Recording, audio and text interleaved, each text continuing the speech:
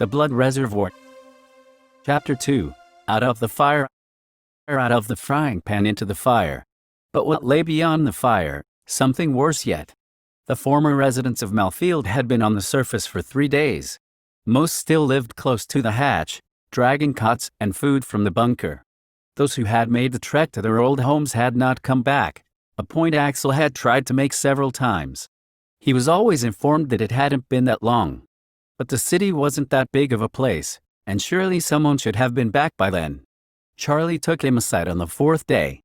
I know, I'm scaring people," Axel began. "But look around. Something's wrong." "Yes," Charlie admitted. "However, I do not want to cause a panic." He took a long pause. "My second in command, Millie, left to visit her home that first day. She should be back. If you and Rupert would be willing to be quiet about it, I would like to task you with bringing her back." Axel agreed and spent the rest of the morning looking for Rupert. He found his friend having an animated conversation with Kathy and Oran, over a meal they were eating arguably too late to be breakfast. Axel nodded at Rupert, who joined him just out of earshot of the others. When Axel finished his explanation, he glanced over his shoulder to find Kathy and Oran staring. Rupert ran back and said his goodbyes. Rupert knew the way to Millie's apartment. "Are you sure you know where we are going?" Axel asked. "Yes," Rupert assured. For a moment it seemed there would be no explanation. "She used to babysit me." It seemed like there was more to that story, but Axel could tell it wasn't worth asking. So he let the subject drop and followed. They made it to her building before noon. Scaling the stairs, it seemed like every third step was broken. A sense of hopelessness washed over the both of them when they found the apartment door unlocked. They silently examined the home. All of the appliances had been stolen. The cupboards that remained were barren and broken. The mattress had been dragged off long ago, and everything was covered in a thick film of dust. It was so dusty that they left visible footprints in the carpet. Rupert ran a hand down his face and let out a frustrated, "Stop." "What?" Axel looked around confused, until Rupert pointed at the floor. "Oh, Millie couldn't have made it home. Those were the only footprints." Not knowing what else to do, they left, making their way back through the maze of streets to the parking lot where they all slept. They split up to make it through the tangled chairs and tables that were once the outdoor seating area at Mama's Italian restaurant. They sped across the mouth of the alley, more out of habit than anything else. Axel swore there was a brick building in front of them once. Only one wall that was far closer to the road than it should have been still stood. Rupert was leading the way even though Axel was faster, because Axel still didn't know the way back. There was a soft, barely audible smack behind them. Axel stopped and turned back slowly, somehow knowing something was wrong. A woman's arm was limply reaching out of the alley. He froze. The arm was suddenly, almost inhumanly, snatched back into the alley. Axel made slow, trepidatious steps toward the alley. He rounded the corner and found no signs of life. He felt a hand on his pant leg tugging him away from the view of the alley. Rupert was sitting on the ground shaking slightly. "Did you see it too?" he whispered. Axel nodded, deciding to stay behind the presumably safe corner. Soft shuffling sounds left them peering at the remainder of the dumpster at the back of the alley.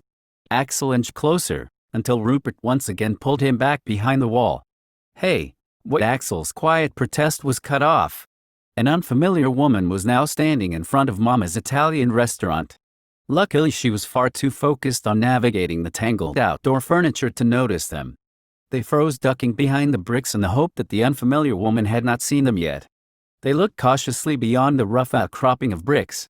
Lindsay, she called. "Where are you?" "I'm over here," a small child's voice called from the alley. Axel and Rupert glanced at one another in shock. The girl was now slightly visible at the mouth of the alley, holding something behind her back. "And I found something," the little girl beamed. Both the woman and the girl wore tattered clothes and were covered in dirt. Axel strained to see what she held. The girl turned and jumped clearly into everyone's line of sight. Axel's eyes widened at the sight of the object that was slightly too heavy for her to carry. "What have you got there?" the woman asked. Rupert was now clawing at his back, trying to drag his frozen body away. "Dinner," was the girl's audible response as they made their way around the corner of the next building and to a street far out of view of the alley. "Two left, center right," Rupert said breathlessly. "Rupert," Axel whispered. To left, center, right, he repeated. That was a severed arm. Axel tried to keep his voice down. Yeah, and I have a feeling if we stay here too long it won't be the only one. Rupert was still out of breath. 5 blocks, a left, 2 blocks, a left, 3 blocks, and a right. Go! Axel made it back 5 minutes before Rupert. He rushed to their silver-haired mayor, who gave him a grim look. A group had come back half an hour before with roughly the same information. Rupert was the one who informed Charlie of his still missing second-in-command. He nodded solemnly, aware of the implications of the information. They looked to one another silently, planning to leave the man to grieve. However, grieving would have to wait. A man rushed into the suddenly too exposed parking lot. It was Hector, a man from one of the first day's Exodus groups, who had been unofficially presumed dead. The closer he got, the more apparent it was that there was a rough wound on his stomach. In a panic, he explained that he too had encountered a group of non-Malfield citizens. He was the only one of his group to survive. He spent a day hiding in a cupboard in the house they had been trapped in. Their attackers were a nomadic tribe who roamed the deserted land beyond Malfield. There were many of these nomadic groups, and they all knew there was easy prey in Malfield. In fact, their plan was to surround the city. At this, Charlie grew tentative and focused. If any of them were going to survive, they needed a plan as well. They could not simply return to the bunker, as the nomads knew they were there, and the door was never built to stop people from getting in. In the end, they split up into several small groups, each tasked with finding their own escape. They would reconvene at a cave system in the foothills of the thin mountain range to the west. There were many plans that Axel grew to envy. One group had some sort of grappling hook system to sneak through the city on rooftops. Another commandeered a blowtorch, claiming they knew a way through the sewer tunnels. Somehow, Axel and Rupert had ended up leading a group of 10 or so others to Dinagain Drive, a residential area where all the houses had a living fence. After days, they made it there in one piece, undetected. With the last bit of luck they had in the world, the shrubs were still standing and provided sufficient cover. On the count of 3, they were meant to get past the waist-high dead branches by any means necessary, and almost everyone did. Axel and Rupert stayed behind to make sure everyone left. The only other person was a terrified young man who kept professing that he wouldn't make it. After about 5 minutes of alternating reassurance and threats, the man burst through the brambles in a dead sprint, twice as fast as any of the first wave. He was catching up in minutes. Axel and Rupert gave each other one final determined look, and ran out of the petrified branches. It was difficult to sprint over the loose, rough, sandy ground. Every few steps, Axel was almost tripped by a rut. However, he still inevitably passed Rupert.